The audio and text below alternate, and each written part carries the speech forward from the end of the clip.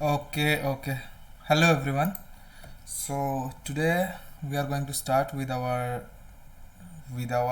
paper number 3 and the first chapter of paper number 3 जो कि है द इंडियन कॉन्ट्रैक्ट एक्ट 1872।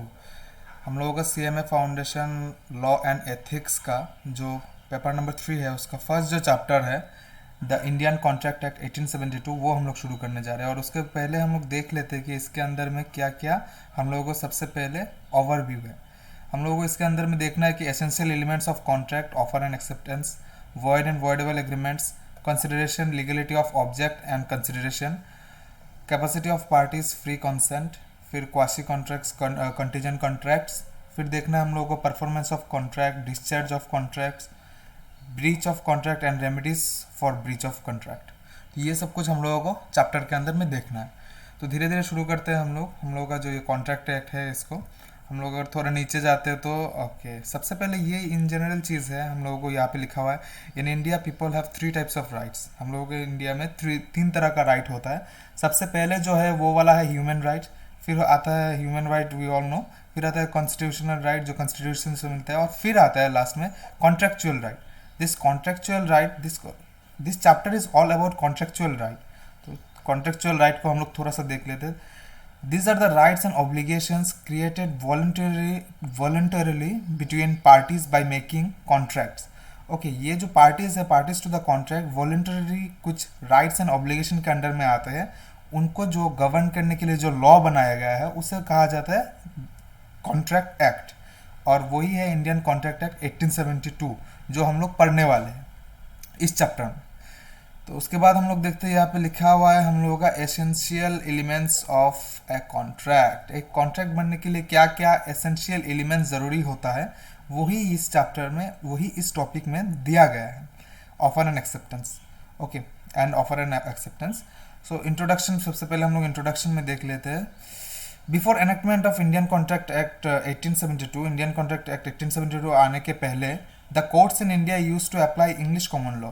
हम लोगों का जो कोर्ट्स है, हम लोगों का इंडिया का जो कोर्ट्स था बिफोर 1872 इंग्लिश कॉमन लॉ मतलब ब्रिटिश लॉ यूज़ करते थे बिफोर 1872 कॉन्ट्रैक्ट एक्ट आने के पहले। Suited to the Indian conditions, customs and usage, जो इंडियन कस्टम्स, कंडीशंस और यूसेज को सूट करता था उसी को यूज़ करके हम लोगों का कोर्ट चलता था। Some difficulties were notice in using English common law. English common law, Britain law, जो हम लोगों का ज़्यादातर लॉ है वो ब्रिटेन से आया हुआ है। ब्रिटेन क्योंकि हम लोगों के ऊपर में राज किए वो लोग, तो ज़्यादातर लॉ में क्या था हम लोगों को प्रॉब्लम फेस कर रहे थे। Accordingly later court started deciding cases based on Hindu personal law and Muslim personal law. बाद में क्या हुआ, हिंदू पर्सनल लॉ और मुस्लिम पर्सनल लॉ के द्वारा हम लोगों का ये हम लोगों का कोर्ट्स में जजमेंट दिया जाने लगा। But the same still not found fit, but वो भी हम लोगों को फिट नहीं बैठा यहाँ पे हम लोगों का कंडीशन, कस्टम्स एंड यूसेज में।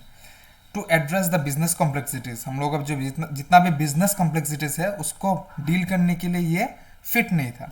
Accordingly separate Indian contract act 1872 was enacted.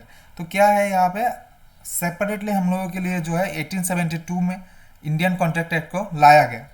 This act is based on English common law, ये है बेसिकली हम लोग का English common law Britain law के ऊपर में बेस्ड है। The law relating to contract is contain in Indian contract act 1872। जितना भी हम लोग का कॉन्ट्रेक्चुअल राइट और कॉन्ट्रैक्ट के बारे में जितना भी कुछ बताया जाता है, जितना भी लॉ है वो हम लोग का कहाँ पे, वो सब कुछ हम लोग का है इंडियन कॉन्ट्रैक्ट एक्ट 1872 के अंदर में। This act as originally enacted is divided into 4 part. ये जो था हम लोगों का कॉन्ट्रैक्ट एक्ट जब बना था तब बहुत बड़ा था। 1872 में जब पास हुआ था, एनेक्ट हुआ था, तब बहुत बड़ा था, और इसको अभी 4 पार्ट में पार्ट कर लिया गया, जिसमें से 2 पार्ट जो है वो कॉन्ट्रैक्ट एक्ट में ही है। एक पार्ट हम लोग फाउंडेशन में पढ़ते हैं, दूसरा पार्ट हम लोग इंटर में पढ़ते हैं, और जो तीसरा पार्ट है वो सेल्स ऑफ गुड्स एक्ट है, और चौथा पार्ट क्या है, पार्टनरशिप। हम लोग नीचे देखेंगे, चलिए। हाँ, तो यहाँ पे ये आ गया, कहाँ है हमारा पेन, हाँ ओके। तो ये है the law relating to general principle of contract, ये है हम लोगों का जो हम लोग पढ़ने वाले हैं यहाँ पे। और ये है the law relating to sale of goods, ये हम लोग का अलग हो गया। The sales of goods act जो है 1930, ये वाला चीज़ अलग हो गया। Law relating to sale of goods, the sales of goods act 1930 में अलग हो गया। और उसी के बाद हम लोग अगर देखते हैं तो the law relating to special contracts, ये स्पेशल कॉन्ट्रैक्ट्स क्या है? स्पेशल कॉन्ट्रैक्ट्स हम लोग फाउंडेशन में नहीं पढ़ने वाले, स्पेशल कॉन्ट्रैक्ट्स हम लोग पढ़ने वाले इंटरमीडिएट लेवल में। स्पेशल कॉन्ट्रैक्ट और जनरल प्रिंसिपल ऑफ कॉन्ट्रैक्ट दोनों मिलके होते हैं क्या? स्पेशल कॉन्ट्रैक्ट और जनरल प्रिंसिपल ऑफ कॉन्ट्रैक्ट मिलके होता है इंडियन कॉन्ट्रैक्ट एक्ट 1872। इसमें हम लोगों को दिखा जाता है indemnity, guarantee, bailment, pledge, contract of agency, ये सब। और जब फोर्थ पार्ट है, वो फोर्थ पार्ट क्या है? जो फोर्थ पार्ट बनाया, law relating to partnership businesses. जितना भी पार्टनरशिप रिलेटेड बिजनेस है वो उसको गवर्न करने के लिए बनाया गया है द इंडियन पार्टनरशिप एक्ट 1932, जो इन जनरल जो पहले था हम लोगों का कॉन्ट्रैक्ट एक्ट में, बट बाद में ये चेंज होकर द इंडियन पार्टनरशिप एक्ट 1932 बन गया है। तो अभी हम लोग फुल फ्लेज हम लोग इंट्रोडक्शन ही पढ़ रहे हैं अभी तक। अभी हम लोग मूव करेंगे कि जनरल कुछ टर्म्स की ओर पे। हम लोग एसेंशियल एलिमेंट्स पढ़ने के पहले हम लोगों को पहले कुछ टर्म्स पढ़ना पड़ेगा कि क्या होता है कॉन्ट्रैक्ट, क्या होता है हम लोगों का एग्रीमेंट। तो सबसे पहले हम लोग को ये देखना पड़ेगा कि जो द इंडियन कॉन्ट्रैक्ट एक्ट 1872 ये came into force from 1 सितंबर 1872। From MCQ point of view ये वाला इंपॉर्टेंट है, ये वाला आप लोग भी हाईलाइट करके रख दीजिएगा। फिर अगर हम लोग आते हैं तो सबसे पहले डेफिनेशन ऑफ कॉन्ट्रैक्ट देखना पड़ेगा। तो डेफिनेशन ऑफ कॉन्ट्रैक्ट में क्या लिखा हुआ है? डेफिनेशन ऑफ कॉन्ट्रैक्ट लिखा हुआ है कॉन्स्टिट्यूशन के सेक्शन 8(2)(h) में। तो आपको अगर याद रहता है तो वेल एंड गुड, अगर याद नहीं रहता है तो गलत कोट मत करके आइएगा। कॉन्ट्रैक्ट का डेफिनेशन डाला गया है सेक्शन 2(h) में। एन एग्रीमेंट बिटवीन टू और more parties enforceable by law. क्या है definition? An agreement between two और more parties enforceable by law. अभी सबसे पहले हम लोग को ये पता करना पड़ेगा कि एग्रीमेंट मतलब क्या है। एग्रीमेंट मतलब क्या है? तो यहाँ पे नीचे ही हम लोगों का लिखा हुआ है कि एग्रीमेंट का मतलब क्या होता है। तो यहाँ पे हम लोग देखेंगे डेफिनेशन ऑफ एग्रीमेंट। ये रहा डेफिनेशन ऑफ एग्रीमेंट। तो अगर डेफिनेशन ऑफ एग्रीमेंट में हम लोग जाते हैं, agreement has been defined in section 2(e). फिर से मैं बताऊंगा, याद रहता है वेल एंड गुड, याद नहीं रहता है तो गलत कोट मत करके आइएगा। सेक्शन 2 क्लॉज 8 में दिया गया है, every promise and every set of promises forming consideration for each and other, consideration for each other. Okay, every promise and every set of promise forming consideration for each and other. तो अभी सबसे पहले हम लोगों को ये जानना पड़ेगा कि प्रोमिस का मतलब क्या है। तो अगर हम लोग इसके प्रोमिस को जानने के लिए थोड़ा नीचे जाना पड़ेगा और यहाँ पे, और अगर एग्रीमेंट का इन जनरल हम लोग देखते हैं तो एग्रीमेंट क्या होता है? एग्रीमेंट इज ये वाला, offer plus acceptance is agreement. जब ऑफर को एक्सेप्टेंस मिल जाता है तब वो एग्रीमेंट बन जाता है। और कॉन्ट्रैक्ट क्या होता है? Contract is agreement plus enforceability by law. जब एग्रीमेंट को लीगलिटी मिल जाता है तब वो बन जाता है कॉन्ट्रैक्ट। ओके, तो ये वाला एक चीज़ है कि कौन सा ब्रॉडर टर्म है, कॉन्ट्रैक्ट या एग्रीमेंट, ये हम लोग को बाद में मिलेगा। सबसे पहले हम लोग देख लेते हैं कि प्रोमिस का मतलब क्या है। तो प्रोमिस का मतलब अगर देखना है तो यहाँ पे है promise, section 2(b) of Indian Contract Act 2 clause B. Promise: when the person to whom the proposal is made signifies his assent thereto. जब वो अपने assent देते हैं, जब किसी पर्सन को प्रपोजल किया जाता है और वो अपना assent देते हैं, the proposal is said to be accepted. A proposal when accepted becomes a promise. Okay, हम लोगों को ये तो समझ में आ गया कि कब कैसे मतलब प्रोमिस बनता है। तो अभी सबसे पहले when the person to whom proposal is made, सबसे पहले हम लोग को ये करना पड़ेगा कि प्रपोजल का मतलब क्या है। Proposal is nothing but synonym of offer. Proposal and offer अगर हम लोग ऊपर में ही देखते हैं 2(a) में ये लिखा हुआ है, प्रपोजल और ऑफर मतलब क्या होता है? When one person signifies to another, जब एक पर्सन अब दूसरे पर्सन को अपने विलिंगनेस सिग्निफाई करते हैं, हिज विलिंगनेस टू डू और to abstain from doing anything, कुछ करने या कुछ करने के लिए रोकना, उसे कुछ एब्सटेन मतलब करने के लिए रोकना। with a view to obtaining the assent of that other to such act, और with a view मतलब कुछ व्यू लेके कि वो करना है या उसको रोकना है। he is said to make a proposal। तो proposal का मतलब पता चल गया हम लोग को। is made signifies his assent thereto, the proposal is said to be accepted। when the person to whom the proposal is made signifies his assent, जब अपना assent दे देंगे thereto, the proposal is said to be accepted। a proposal when accepted become a promise। simple। okay, promise हो गया। तो फिर ऊपर जाते हैं हम लोग का एग्रीमेंट हो गया। एग्रीमेंट का मतलब क्या था हम लोगों का? एवरी प्रोमिस, प्रोमिस का मतलब हम लोग को पता चल गया, every promise and every set of promises forming consideration for each and other, हर एक प्रोमिस और सेट ऑफ प्रोमिस जो एक दूसरे के लिए कंसिडरेशन फॉर्म करता है। अभी कंसिडरेशन का मतलब क्या है? कंसिडरेशन मतलब है समथिंग इन रिटर्न। यहीं पे हम लोग को मिल जाएगा, हाँ ये रहा 2 क्लॉज डी में कंसिडरेशन का डेफिनेशन दिया हुआ है। कंसिडरेशन का डेफिनेशन कहाँ पे दिया हुआ है?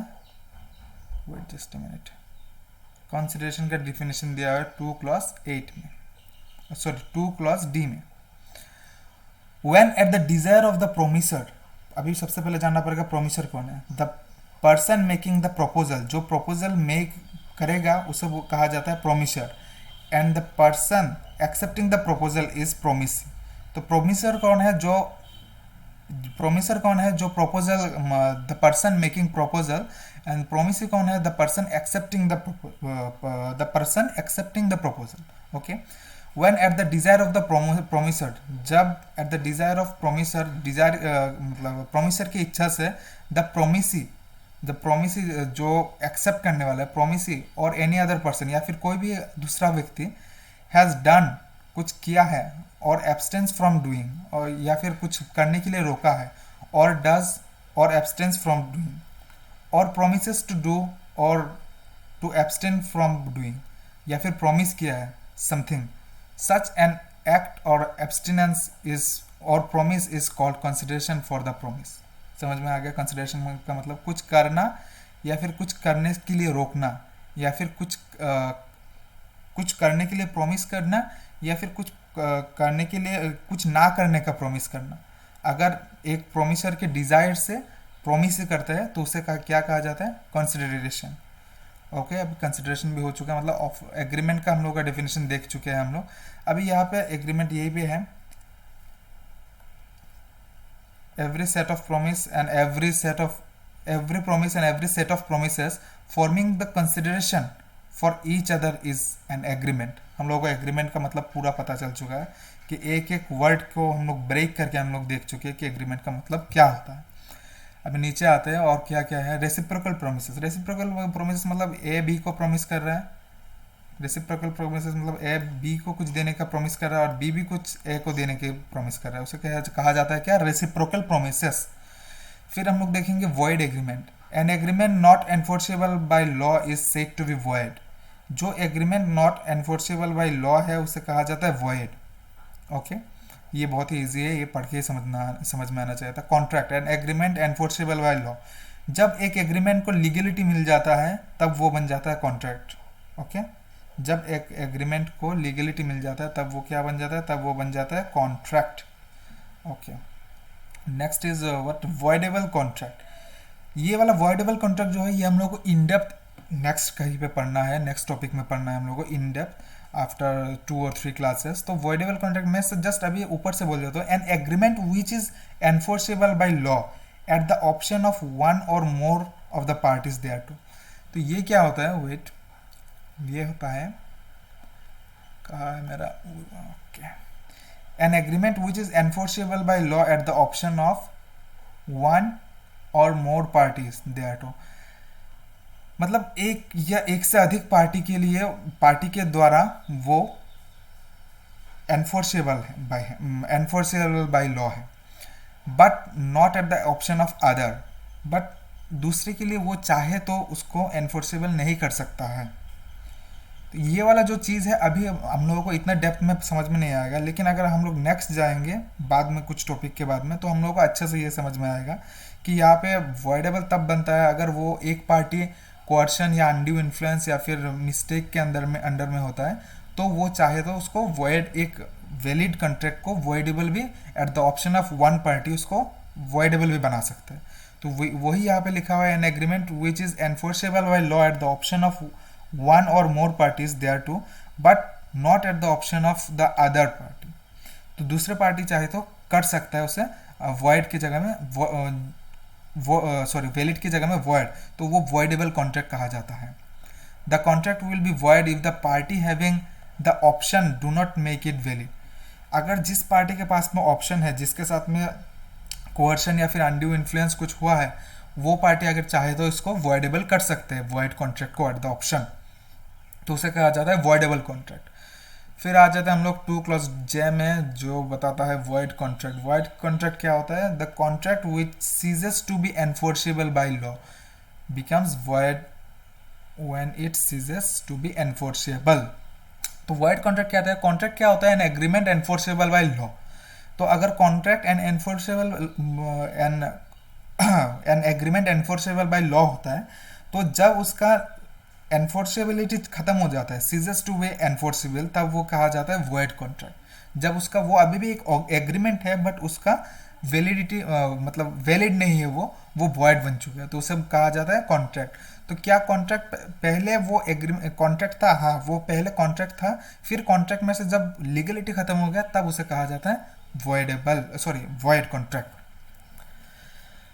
Okay, let's move on to the next topic. Next topic is essential element of valid contract. यही था हम लोगों का मेन, ऊपर में जो लिखा हुआ था एसेंशियल। हम लोग तो कुछ पहले, सबसे पहले हम लोग का टर्म्स से वाकिफ हो रहे थे। अभी हम लोग देखने वाले हैं essential elements of valid contract. Essential element of valid contract. तो एक कॉन्ट्रैक्ट बनने के लिए एसेंशियल एलिमेंट क्या क्या ज़रूरी होता है, क्या क्या रहने से एक कॉन्ट्रैक्ट को हम लोग वैलिड कहेंगे। तो उसमें से सबसे पहले क्या आता है? Wait, let me have some water.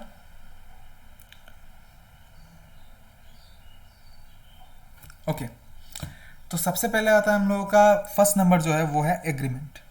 Okay, एक कॉन्ट्रैक्ट बनने के लिए सबसे पहले हम लोगों का एग्रीमेंट होना ज़रूरी होता है। ऊपर में भी हम लोग देखे थे कि कॉन्ट्रैक्ट में एग्रीमेंट मस्ट है। तो एग्रीमेंट में क्या रहना चाहिए? तो एग्रीमेंट हम लोग देख लेते हैं। In order to constitute a contract there must be an agreement in first place. सबसे पहले हम लोगों को एग्रीमेंट का ज़रूरत है। An agreement in turn is compose of two elements, offer and acceptance. मैं पहले भी बता चुका हूँ और ऊपर भी दिखा चुका हूँ कि एक एग्रीमेंट बनने के लिए हम लोग क्या मेन चीज़ चाहिए होता है? Offer plus acceptance. वही वहाँ पे लिखा हुआ है कि an agreement in terms is composed of two elements, offer and acceptance. Thus there must be at least two parties, one making the offer. वहाँ पे कम से कम एक एग्रीमेंट बनने के लिए दो पार्टी होना चाहिए, जिसमें से एक पार्टी जो है वो ऑफरर होंगे और दूसरा जो है जो एक्सेप्ट करेंगे, एक्सेप्टर, या फिर हम लोग वहाँ पे बोलते हैं कि प्रपोजल जो डालते हैं, प्रोमिसर एंड प्रोमिसी, वो होते हैं। तो वहाँ पे दो पार्टी ज़रूर होना चाहिए। The terms of the offer must be definite. जो भी हम लोग का ऑफर होगा उसका टर्म्स जो है वो वैग नहीं हो सकते, वो डेफिनेट होना चाहिए। ऐसा नहीं कि मैं तुमको चावल बेचना चाहता हूँ, कितना केजी चावल बेचना चाहता हूँ, वो डेफिनेट होना पड़ेगा। And the acceptance must be absolute और अनकंडीशनल। और एक्सेप्टेंस कभी भी कंडीशनल नहीं हो सकते और एब्सोल्यूट होना। एक्सेप्टेंस कभी भी कंडीशनल नहीं हो सकता। Okay, let's move into the second essential element. Second essential element is free consent. ये जो फ्री कंसेंट है यही सबसे बड़ा कंसेंट है। तो देखिए, तो हम लोगों को क्या ज़रूरी है? फ्री कंसेंट होना ज़रूरी है। तो फ्री कंसेंट का मतलब क्या होता है? फ्री कंसेंट का मतलब होता है कि हम लोग जब कॉन्ट्रैक्ट करते हैं, हम लोग all contracts need to be voluntary. हर कॉन्ट्रैक्ट जो है वो किसी का फोर्स में या फिर कोई भी मतलब अनड्यू इन्फ्लुएंस के ज़रिए से कोई भी कॉन्ट्रैक्ट नहीं बनना चाहिए। एक कॉन्ट्रैक्ट किस तरीके से बनना चाहिए? एक कॉन्ट्रैक्ट बनना चाहिए वॉलंटरी।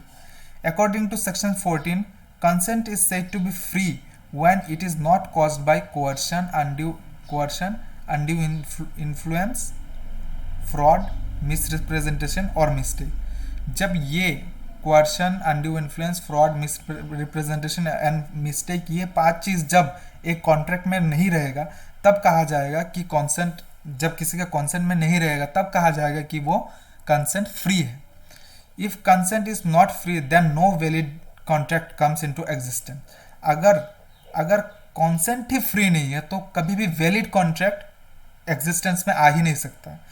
ये हम लोगों का जो है this will discussed in detail subsequently. ये हम लोगों को डिटेल में मैं पहले ही बताया था जब हम लोग पढ़ रहे थे कि वॉइडेबल कॉन्ट्रैक्ट क्या होता है, तब हम लोग पहले भी बता चुके हैं कि ये हम लोग डिस्कस करेंगे इन डिटेल सब्सिक्वेंटली। तो let's move on to the next essential element, lawful consideration. हर कॉन्ट्रैक्ट को कंसिडरेशन चाहिए और वो कंसिडरेशन लॉफुल होना ज़रूरी है। क्या बिना कंसिडरेशन का बन सकता है कॉन्ट्रैक्ट? यस, बन सकता है, कुछ एक्सेप्शन है, वो हम लोग बाद में देखेंगे। पर अभी हम लोग ये देखेंगे कि लॉफुल कंसिडरेशन ज़रूरी है। The agreement must be supported by lawful consideration. अभी कंसिडरेशन ऐसा नहीं हो सकता कि मैं तुमको पैसा दूंगा, तुमको उसका मर्डर करना है, तो मर्डर करना इज कंसिडरेशन, मर्डर करना वो लॉफुल नहीं है। तो लॉफुल कंसिडरेशन चाहिए। Consideration means something in return, कुछ इन रिटर्न में मिलना, उसी को कहा जाता है कंसिडरेशन। समथिंग इन रिटर्न में भी एक्ट और एब्सटिनेंस, ये एक्ट भी हो सकता है, एक कुछ करना भी हो सकता है, और फिर या फिर कुछ करने के लिए रोकना भी हो सकता है। But it must be real and lawful, लेकिन ये रियल होना पड़ेगा, ये इल्यूजन नहीं हो सकता। ये रियल होना पड़ेगा, इल्यूजन नहीं हो सकता, और ये लॉफुल होना ज़रूरी है। ये भी हम लोग सब्सिक्वेंटली चैप्टर में जो है डिस्कस करेंगे। ओके, फिर आता है पार्टीज आर कॉम्पिटेंट। हम लोगों का जो भी कॉन्ट्रैक्ट है वो बनने के लिए पार्टीज ऑफ द कॉन्ट्रैक्ट, जो पार्टीज, टू और मोर पार्टीज, वो कॉम्पिटेंट होना चाहिए। कॉम्पिटेंट होने के लिए क्या चाहिए? 3 कंडीशन है जो फुलफिल करना चाहिए। सबसे पहले कंडीशन क्या है, देख लेते हैं। सबसे पहले कंडीशन है 18 years of as.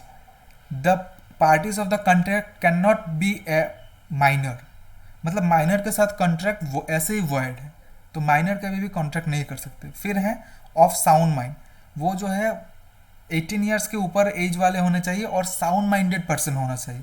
Not disqualified from contracting by any law which he is subjected, उनको किसी भी कॉन्ट्रैक्ट या फिर लॉ या फिर कोर्ट के द्वारा डिस्क्वालिफाइड नहीं किया गया है कि वो इस सब्जेक्ट पर कोई कॉन्ट्रैक्ट नहीं कर सकते। ऐसे कोई व्यक्ति जिनको डिस्क्वालिफाइड किया गया लॉस के द्वारा, वैसे लोग नहीं कर सकते।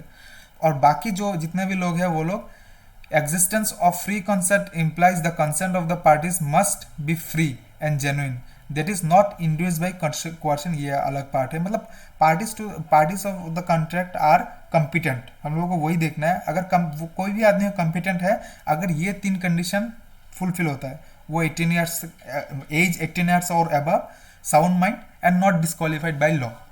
ओके, तो जो हम लोग का फिफ्थ आता है, फिफ्थ हम लोगों का जो आता है ऑब्जेक्ट एसेंशियल एलिमेंट, वो आता है legality of object. Legality of object, तो लीगलिटी ऑफ ऑब्जेक्ट क्या बोलता है? हम लोगों का जो कॉन्ट्रैक्ट है उसका जो लीगलिटी है, लीगलिटी ऑफ द ऑब्जेक्ट, जो भी कुछ ऑब्जेक्ट है एंड कंसिडरेशन है, कॉन्ट्रैक्ट का कुछ ऑब्जेक्ट होता है या फिर कुछ कंसिडरेशन इन रिटर्न मिलता है, वो जिस जो है वो consideration failing which there must be legality of object, वहाँ पे लीगलिटी ऑफ ऑब्जेक्ट रहना चाहिए कॉन्ट्रैक्ट के अंदर में, and consideration failing which it will not be a valid contract. अगर वो ये दोनों चीज़ नहीं रहेगा, legality of object and consideration, वो हम लोगों को कहा जाएगा कि ये क्या है, वैलिड नहीं है। फिर आ जाते हैं हम लोग लीगल रिलेशनशिप में। ओके, तो लीगल रिलेशनशिप में अगर हम लोग आते हैं, तो अभी लीगल रिलेशनशिप बनाना ज़रूरी है एक कॉन्ट्रैक्ट के लिए, जो हम लोग पहले भी बता चुके हैं, एनफोर्सेबल बाय लॉ। तो लीगल रिलेशनशिप में क्या बताया गया है? The parties must intend to create legal relationship. जो 2 पार्टी होंगे या फिर 2 या 2 से अधिक पार्टी होंगे कॉन्ट्रैक्ट में, वो लोग इंटेंड, उन लोगों का इंटेंशन ये रहना चाहिए to create legal relationship. Agreement of social और domestic nature do not contemplate legal relationship. मतलब क्या होता है सोशल और डोमेस्टिक? अभी आज क्या किया, आप गए, आप अपने बीवी को बोले कि ओके आप लोगों का बीवी नहीं हो सकता है, तो समझ लीजिए आप लोग स्टूडेंट हैं, तो यहाँ पे मिस्टर ए है, मिस्टर ए, तो मिस्टर ए जो है अपने मिसेस ए को बोलते हैं कि आज मैं आपको एक डायमंड का नेकलेस दूंगा, डायमंड का नेकलेस देंगे। लेकिन इन रिटर्न क्या किया उन्होंने, डायमंड का नेकलेस नहीं दी। नहीं देने के बाद क्या वो उनके ऊपर में केस कर सकते हैं? क्या वो उनके ऊपर में सू कर सकते हैं, फाइल सू कोर्ट में जा सकते हैं? नहीं। एन एग्रीमेंट ऑफ सोशल और डोमेस्टिक, ये सोशल और डोमेस्टिक नेचर का है। डू नॉट कंटेम्पलेट और legal relationship, so there are no contracts. समझ में आ गया लीगल रिलेशनशिप क्या होता है? फिर अभी हम लोग जाएंगे नीचे में। नीचे अगर हम लोग नीचे जाते हैं 7th नंबर में, 7th नंबर में हम लोगों का है कि कहा गया, ऊपर चला गया। Okay, wait just a minute. 6th 7th sorry for the inconvenience, but यहाँ पे सेवेंथ के बाद और एक दिया हुआ नहीं है, वो हम लोग को बाद में देखना पड़ेगा। ओके ओके, नो प्रॉब्लम, हम लोग ये इसी को सेवन मानते हैं। और agreement not expressly declare to be void, जो एग्रीमेंट है हम लोगों का not expressly declare, agreement not expressly declared void और इलीगल बाई लॉ, जो लॉ है वही उसको वॉइड या फिर इलीगल बताता है। तो अगर कोई एग्रीमेंट को, तो वो कभी लीगलिटी उसके अंदर में नहीं है, लीगल ऑब्जेक्ट ही नहीं है, तो वो कैसे कॉन्ट्रैक्ट बन सकता है। Okay, then next is certain and capable of person performance. तो जो कॉन्ट्रैक्ट है, जो कॉन्ट्रैक्ट का एलिमेंट है, वो क्या होना चाहिए, certain. The terms of the contract must be certain. हम लोगों को स्पेसिफाई करना होगा कि ऑयल चाहिए, कि कौन सा ऑयल चाहिए, हम लोगों का कोकोनट ऑयल चाहिए या फिर पेट्रोल का चाहिए या फिर हम लोगों को ईडेबल ऑयल चाहिए, कौन सा ऑयल चाहिए। एंड कैपेबल ऑफ परफॉर्मेंस, और उसी के साथ में क्या होना चाहिए, परफॉर्मेंस करने के लिए कैपेबल होना चाहिए। Okay, legal formalities, the last one is legal formalities. Okay, legal formalities मतलब क्या है, हम लोग देख लेते हैं ये वाला भी, legal formalities. Okay, where nature of agreement is such that it requires compliance of certain formalities, जहाँ पे हम लोगों का एग्रीमेंट, नेचर ऑफ एग्रीमेंट ऐसा है कि वहाँ पे हम लोगों को कुछ लीगल फॉर्मेलिटीज बनाना जरूरी है। सच रिक्वायरमेंट्स शुड बी फुलफिल्ड, वहाँ पे हम लोगों को वो लीगल फॉर्मेलिटीज पूरा करना जरूरी है। ए कॉन्ट्रैक्ट में require registration in addition of being in writing, एक कॉन्ट्रैक्ट राइटिंग में होने के साथ साथ कभी कभी कहा जाता है कि वो रजिस्टर्ड भी होना चाहिए, तो वो है लीगल फॉर्मेलिटीज का रूल्स। तो ये हर केसेस में एप्लीकेबल नहीं है, वो कुछ कुछ स्पेसिफिक केस के लिए है। However as regards to legal effects, an oral contract has same effect as contract in writing. मतलब ये क्या है, अगर हम लोग एक ऑरल, हम लोग बातचीत के साथ में अगर हम लोग कुछ कोई कॉन्ट्रैक्ट करते हैं, तो वो उसी का भी उतना ही वैल्यू रहेगा जितना कि एक राइटिंग में। बट द थिंग इज, कुछ कुछ जगह में लीगल फॉर्मेलिटीज का ज़रूरत है, वहाँ पे हम लोगों को लीगल फॉर्मेलिटीज डालना ज़रूरी है। ओके, तो यहाँ पे हम लोग ख़त्म कर चुके हैं एसेंशियल ऑफ, क्या हम लोग ख़त्म कर चुके हैं, एसेंशियल एलिमेंट्स ऑफ क्या, कॉन्ट्रैक्ट। ओके, तो नेक्स्ट चैप्टर में हम लोग क्या देखेंगे, नेक्स्ट चैप्टर में हम लोग देखेंगे classification of contract based on enforceability, मतलब क्लासिफिकेशन हम लोग पूरा देखेंगे। तो यहाँ पे देखने के लिए thank you very much. Hope है कि हम लोगों का जो हम लोग मॉड्यूल से कर रहे हैं पूरा कंप्लीट, वो आप लोगों को समझ में आ रहा है। और हम लोग इस चैप्टर के एंड पे हम लोग जितना भी क्वेश्चंस है वो भी हम लोग डिस्कस करेंगे। Not only the chapter, along with the chapter we will discuss all the questions. Okay, thank you very much, stay connected to the channel.